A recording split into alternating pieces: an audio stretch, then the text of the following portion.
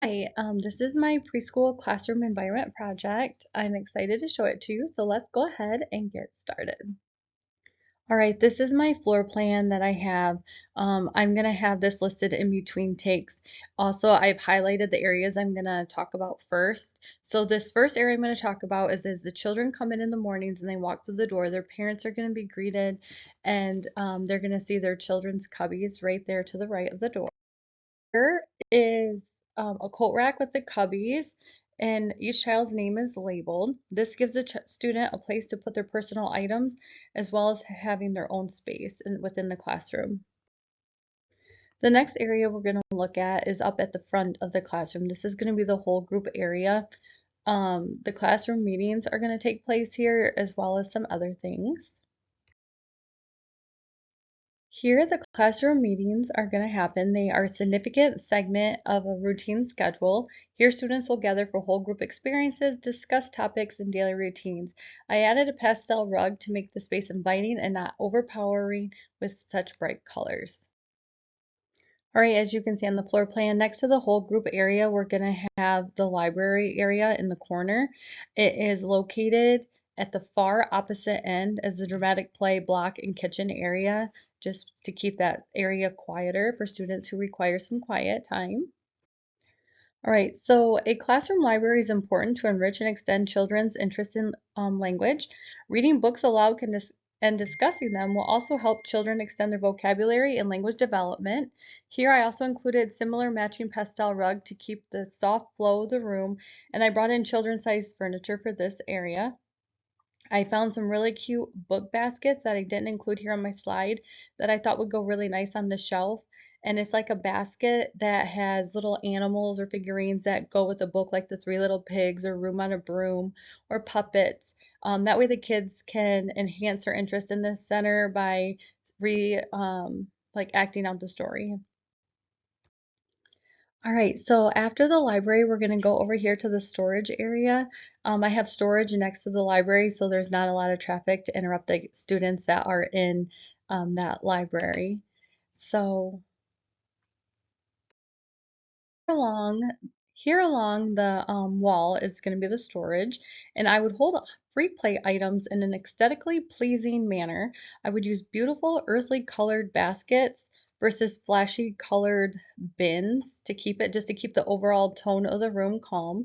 Displaying objects in an organized manner is equally important in this area as it will make the items seem more appealing to the students. Next, we're going to look at the desk for the students to sit at. These are going to be tables. I had it placed closer to the front of the room near the whole group area. That way students who are working on maybe math or literature or some other art maybe, they can sit there, and it's as far away from that kitchen and dramatic play area as I could get them. All right, next we're going to look at the desk I chose. I chose to use these wooden tables. They are earthly toned and they will serve many purposes in the classroom. Not only will students have a home seat, a place to call their own, but students will also be able to use these versatile multifunctional desks for eating their lunch or snack on if that is done in the classroom, for station work, writing, and art. I placed the table near the front of the classroom as close to that wall as I mentioned in the last slide, just to keep it away from that dramatic play area as much as possible. Okay, so then the next center that we're going to look at here is this science viewing station area. It's on that wall next to the teacher desk and the storage.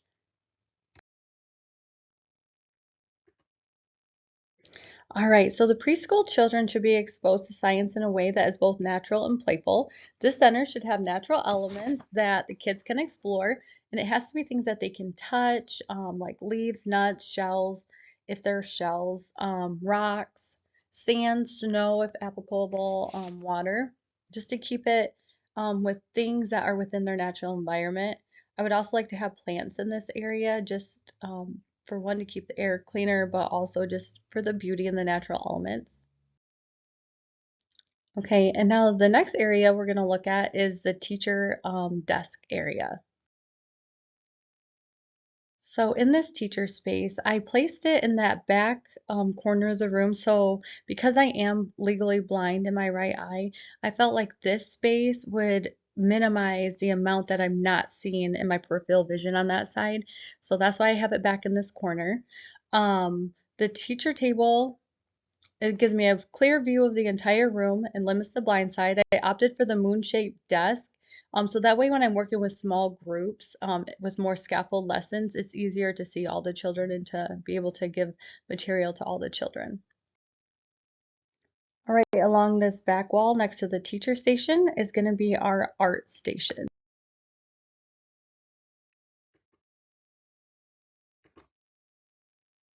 All right. Art should be a major part of a preschooler's daily experience in the school. Children can incorporate writing when they are labeling a drawing. When the children paint, they are developing understanding of lines, shapes, and space. I placed the art center in the back of the room for two reasons. One, because of me being legally blind in the right eye, I felt like I needed this messy center near my desk, even though it could sometimes get loud, just for me to help keep an eye on it. And second reason is because it is near a sink for easier cleanup. As you'll see, the bathroom is right next door to the station. So again, just so you can see the art station, right next to it is the sink that leads into the bathroom.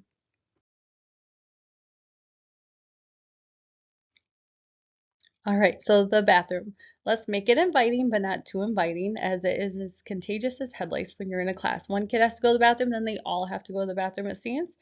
On the upper shelf in the bathroom, I would like to keep stocks of paper towels, wipes, and extra sets of clothes for each of the kids in the event there's an accident. Also, if you want your bathroom to smell nice like I would, maybe put like a soft, subtle, but not overpowering scent out of reach of children, maybe mounted up on the corner of one of the walls. All right, so the next area is the dramatic play, block, Barbie house, Lego table. All of the fun stuff is going to be over here in this corner by the bathroom. I put it over here instead of in the other corner just so I could position the desk so that way I had a direct view to this station, since I'm assuming a lot of kids will want to be in this area. Um, All right, so the dramatic play and block area, I put these in the back of the room next to each other since they are the noisier centers. Dramatic play centers can be redesigned over and over to accommodate the children's changing interest. A rug or carpet placed in this area can help minimize noise as well, not only for the dramatic play, but also for the blocks. In the block area, you will want to make sure that they are not placed where there's a lot of through traffic, just to make it easier for kids to walk back and forth in. Um, Playing with blocks helps children solve problems when they are building and constructing things, and it provides an opportunity for children to work together and so much more. Develop their talking with each other, peer play, all kinds of goodies. All right, so here's the literacy station. And while this subject is integrated throughout the day, when working on this specific topic, I chose more open-ended materials for students to work with. You can see we brought in some natural rocks here in this photo with letters wrote on them where the kids can manipulate maybe some CVC words. In the middle, some open-ended literacy fun. And then the sand where they can use their finger to write their letters or words in the sand. Here's some of the math items. Young children must construct relationships within their mental structures, and these skills can be developed through play. Using hands-on open-ended materials are recommended materials to use in a preschool classroom, according to the National Council for Teachers of Mathematics. Fun fact, a study by Hanline, Milton, and Phelps found a relationship between block playing skills and reading and math skills. All right, so here's the floor plan for my outside playground that I had come up with. The outdoor environment is ideal for promoting gross motor skill development. Daily activities should include many opportunities for young children to develop competence and confidence in their gross motor skills. As I describe these different areas, I'm going to go ahead and start with the garden center and work my way counterclockwise around. All right, a garden is important because it allows children to learn about nature and plants. It also allows them to use their senses as they explore the plants and watch them grow. I place this as this is far away from the block area and dramatic play as I possibly could, because this provides children a quieter place to just relax if they need to explore. Next to the garden area was the outdoor art station. This area stimulates creativity, fine motor skills, and the appreciation for the natural world. This is the outdoor dramatic play area. It was located in the back right corner of the layout. I put it next to the block area again because it needed more space for kids to kind of spread out, but also because it's noisier and it kind of pushed it to the back away from the quiet areas. The outdoor dramatic play helps children work together, build social skills, let their imaginations run wild. It encourages social, emotional, and language development. It enhances cognitive development by encouraging creativity, problem solving, and decision making. Next is the block area, which was in that back left corner next to dramatic play. The block area I put in the back because it is a loud area that will quite require the kids to be able to spread out to build. Kids can design and build structures using their imaginations and work on their problem solving skills. This activity develops spatial awareness, engineering concepts, and collaborative play. This next area was my sand and water area. Play in other areas such as sand and water provides opportunities for mathematical learning and the natural environment of play. The National Council of Teachers of Mathematics has reported on several ways sand and water can benefit children, from promoting the acquisition of problem solving and early math skills to engaging children in sensory motor activities. Imagine all the tactile sensations of building a sandcastle. At the most basic level, creating a play-based venue for learning makes math more accessible for young children. And then towards the front, kind of in the middle where there was much more area for this area to be laid out, I have the gross motor skills area. This is just two ideas of climbing structures that children could play on. The physical environment should have pieces of equipment that vary in skill level according to the degree of balance and coordination required. Here they can get their energy out while developing those gross motor skills by running, jumping, climbing, etc. This concludes my environment project. I hope you liked it. A lot of the stuff that I referenced or spoke about, here's the references to look those things up.